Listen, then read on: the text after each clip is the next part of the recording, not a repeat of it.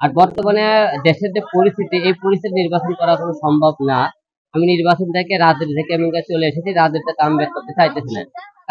সাম্প্রতিক দেশের পরিস্থিতির কারণে আর রাজনীতি করবে না বলে জানিয়েছেন আলোচিত কন্টেন্ট ক্রিয়েটর আশরাফুল হোসেন ওরফে হিরো আলম।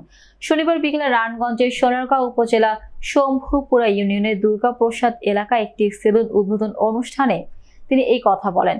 হিরো আলম বলছেন, আমি 4বার জাতীয় সংসদ নির্বাচন করেছি, যার মধ্যে 2বার পাশও করেছিলাম। তবে বর্তমানে দেশের যে পরিস্থিতি, এই পরিস্থিতিতে নির্বাচন করা সম্ভব না। আমি রাজনীতি থেকে সরে এসেছি আর রাজনীতিতে কামব্যাক করব না।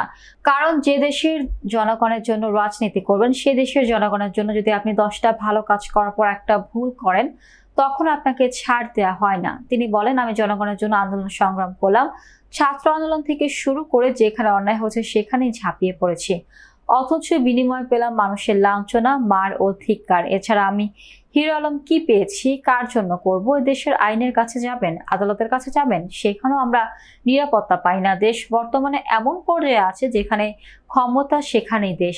ভেবেছিলাম পরিবর্তন পাবো, কিন্তু এই দেশে কোনো পরিবর্তন নেই। একদল গেছে, আরেক দল আসছে, এক কথায় জনগণের আস্থা হারিয়ে গেছে। তাই আমি বুঝেছি দেশের এই পরিস্থিতিতে দেশের জনগণের জন্য কিছুই করতে পারবো না। হিরো আলম বলেন, আমি মিডিয়ার মানুষ, মিডিয়াতেই থাকতে চাই, রাজনীতিতে আর কামব্যাক করবো না। খুব শীঘ্রই 10 জন মডেল নিয়ে আসবো মিডিয়াতে।